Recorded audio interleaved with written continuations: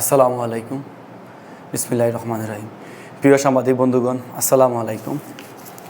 আমি মোহাম্মদ আব্দুল মজিদ, পিতা হাজি ওয়ারিস আলী, গ্রাম আগিজাল, ইউনিয়ন জাওয়ার বাজার, থানা সাতক, জেলা সুনামগঞ্জ। আজ আমি আপনাদের সামনে একটি হৃদয়বিক ঘটনার বিবরণ উপস্থাপন করতে উপস্থিত হয়েছি। প্রিয় সাংবাদিক বন্ধুগণ, গত 7 জুলাই 2025 ইংরেজি তারিখ দিবাগত রাত অনুমানিক 12টা হইতে পরদিন সকাল 10টার মধ্যে সুনামগঞ্জ জেলা সাতক থানাধীন কৈতক ও রাউলি মধ্যস্থলে যুক্তরাজ্য প্রবাসী আল আমিন গ্যারেজ থেকে আমার মালিকানাধীন একটি CNG auto rickshaw registration number Sunamganj থানার তো 11-25-11, ইঞ্জিন নং 6 নং, অনুমানিক বাজার মূল্য 5,50,000 টাকা। উক্ত গ্যারেজে আমার ভাই আব্দুল হাকিম নিয়মিতভাবে গাড়িটি রাখত। ঘটনার রাতে যথাযথ গাড়িটি সেখানে রাখার পরদিন সকাল 10টায় গিয়ে দেখা যায় গ্যারেজের দরজা খোলা এবং গাড়িটি উধাও। গ্যারেজের মালিক ও তত্ত্বাবধায়ক জিজ্ঞাসা করা হলে তারা দায়িত্বহীন তাই এড়িয়ে চলে যায়।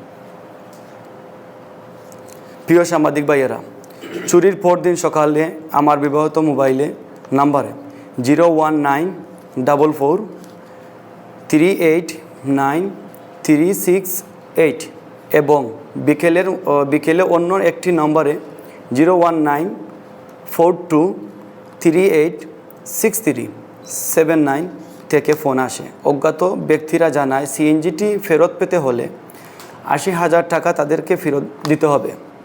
গ্যারেজের মালিক ও তত্ত্বাবধায়ক কয়েকজন ব্যক্তি ঘটনার পর থেকে পারস্পরিক বক্তব্য দিয়ে আসছে।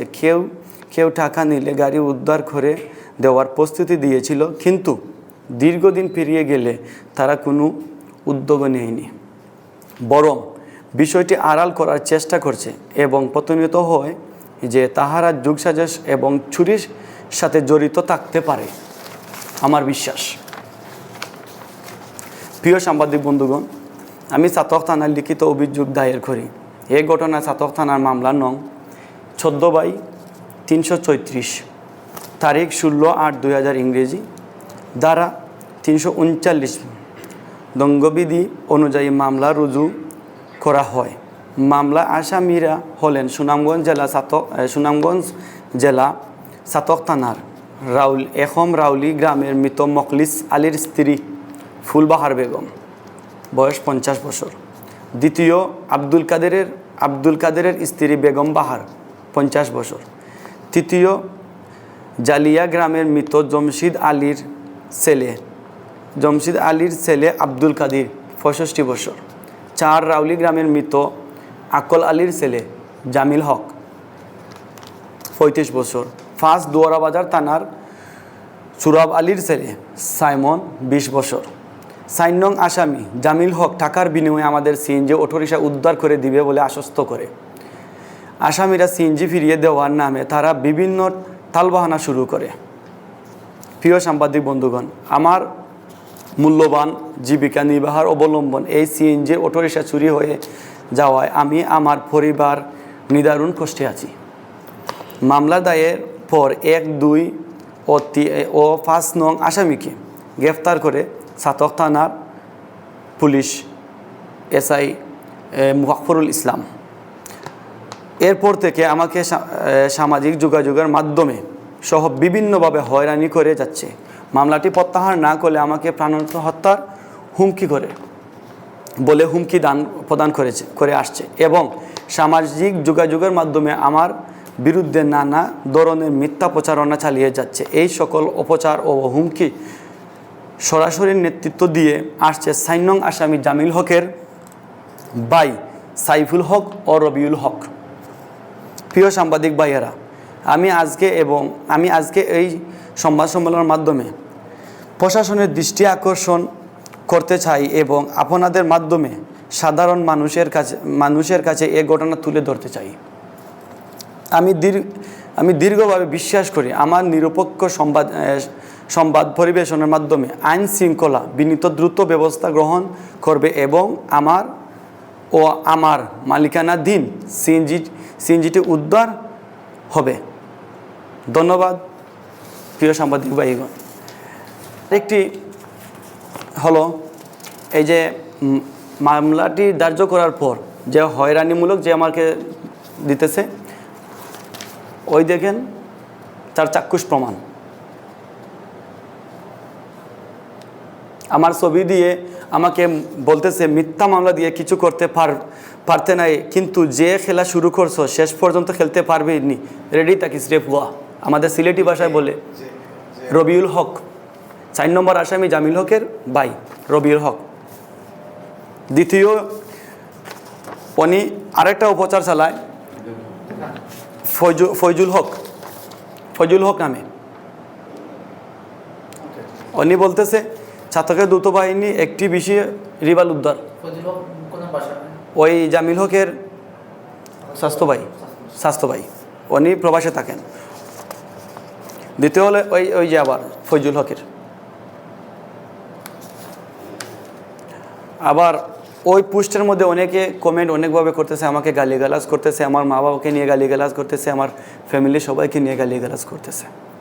আমি প্রিয় সাংবাদিক বন্ধুগণ ও ভাইয়েরা, আমি আপনাদের মাধ্যমে আমার বিনীত অনুরোধ, আমার মামলাটি, আমার সিএনজিটি যদি আমি প্রকৃতভাবে আমার সিএনজিটি ওই জায়গা থেকে চুরি হয়ে যায়, আপনাদের সাংবাদিকের ভাইগণের মাধ্যমে প্রশাসনের দৃষ্টি আকর্ষণ করছি দ্রুত ব্যবস্থা নেওয়ার জন্য, যাতে করে আমার সিএনজিটি উদ্ধার হয়। গ্যারেজ কর্তৃপক্ষের এটা কথা হইছে হয়নি, কারণ গ্যারেজ কর্তৃপক্ষ এই বিষয়ে কি তাও বুঝিছেন বা গ্যারেজের যারা তত্ত্বাবধায়ক আছেন বা এই বিষয়ে তারা ভূমিকা গ্যারেজের তত্ত্বাবধায়ক যারা আছেন, তত্ত্বাবধায়ক এক হলেন ফয়জুল হক নাম। উনি আমাদেরকে আশ্বাস দেন, আমাদের এই প্রশাসনের যে এসআই মহোদয়, উনি ওই জায়গায় যাওয়ার পর জিডি করার পর উনি ওই জায়গায় যায়, তখন ওই যে ফয়জুল হক নাম যে উনি ওটা শেষ করবে বলে একটা আশ্বস্ত দেন এবং আমাদেরকে ওনাদের গ্রামে প্রায় 4 থেকে 5 ঘন্টা রাস্তার মধ্যে দাঁড় করে বসে তারা আমাদেরকে নানানভাবে হেনস্থা করে আমাদের ওই জায়গাতে ফিরিয়ে দেয়। আবার আমরা 2-3 দিন অপেক্ষা করার পর উনি 2-3 দিন পর আবার দেশের বাইরে চলে যায়, আমাদেরকে কোনো কিছু বলে নাই। দেশের বাইরে চলে যাওয়ার পর ওনার নেতৃত্বে ওই 4 নম্বর আসামি জামিল হক এবং তার ভাই সাইফুল হক, রবিউল হক, ওরা আমাদেরকে নানানভাবে হুমকি আরজ দিতেছে এবং ওই জামিল হক 4 নম্বর আসামি হে টাকার বিনিময়ে আমার গাড়ি দিবে বলে, উদ্ধার করে দিবে বলে আনুষ্ঠানিকভাবে অনেক আমাদের গ্রামের, আমাদের পার্শ্ববর্তী যে গ্রামগুলো আছে, এই যে গোবিন্দগঞ্জ জাওয়ার এলাকার অনেক সিনিয়র নেতৃবৃন্দ যারা আছে, মানুষ সবার এই গ্রামের যে মুরব্বীগণ আছে, ওদের সাথে যোগাযোগ করে আমাকে আশ্বস্ত করে যে টাকার বিনিময়ে আমি গাড়িটা উদ্ধার করে দেব। কিন্তু শেষমেশ ওরা সবাই কিন্তু আমাকে প্রায় 1 মাস 14 দিনের মতো হেনস্থর করার পর আমি কিছু করতে না পেরে আমি শেষমেশ আইনের আশ্রয় নেই। কিন্তু আইনের আশ্রয় নেওয়ার পর এখন ওরা আমাকে সোশ্যাল মিডিয়ার মাধ্যমে ওরা আমাদের হুমকি দেয়, মামলা না তুলে আমাকে এই প্রাণহানির হুমকি দিতেছে, আমার ফ্যামিলিকে দিতেছে। আপনি কি টাকা দিতে রাজি হয়েছিলেন? জামিলকে আমি বলছি উনি যদি আমাকে সিএনজি উদ্ধার করে দিতে পারে আমি ওনাকে টাকা দেব। মামলাটি কোন পর্যায়ে আছে? মামলাটি বর্তমানে সুনামগঞ্জ কৌড়ি আছে।